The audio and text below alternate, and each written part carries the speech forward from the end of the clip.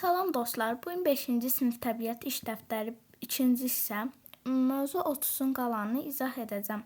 İş vərəqi 4. Çoxlu güzgülü sistemlər. Səhifə 34. Deməli, burada fəaliyyət verilir. Fəaliyyəti siz evdə yoxlayıb və tapşırıqlarda işləyirsiniz. Məqsəd.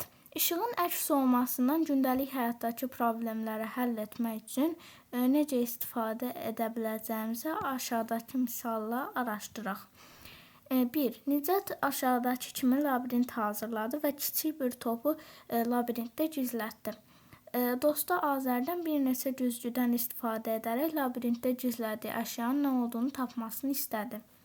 Azər labirintdən açıq tərəfdən cismi görmək üçün güzgüləri labirintin içində haralarda yerləşdirməlidir. Güzgüləri şəkil 2-də yerləşdirin. Topdan əks olunan işığın Azərin gözünə düşənə qədər keçdiyi yolu çəkin.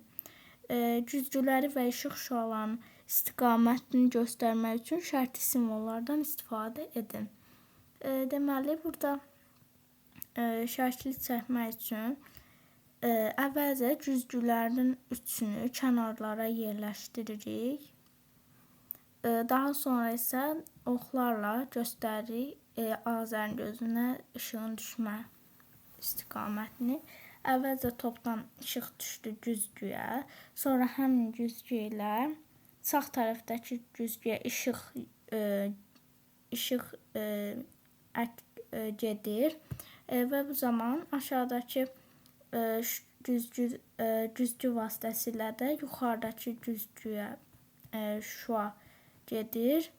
Daha sonra isə həmin bu güzgü vasitəsilə Azərin gözünə işıq düşür. Bugünkü dərsimizdən bu qədər dostlar, hələlik.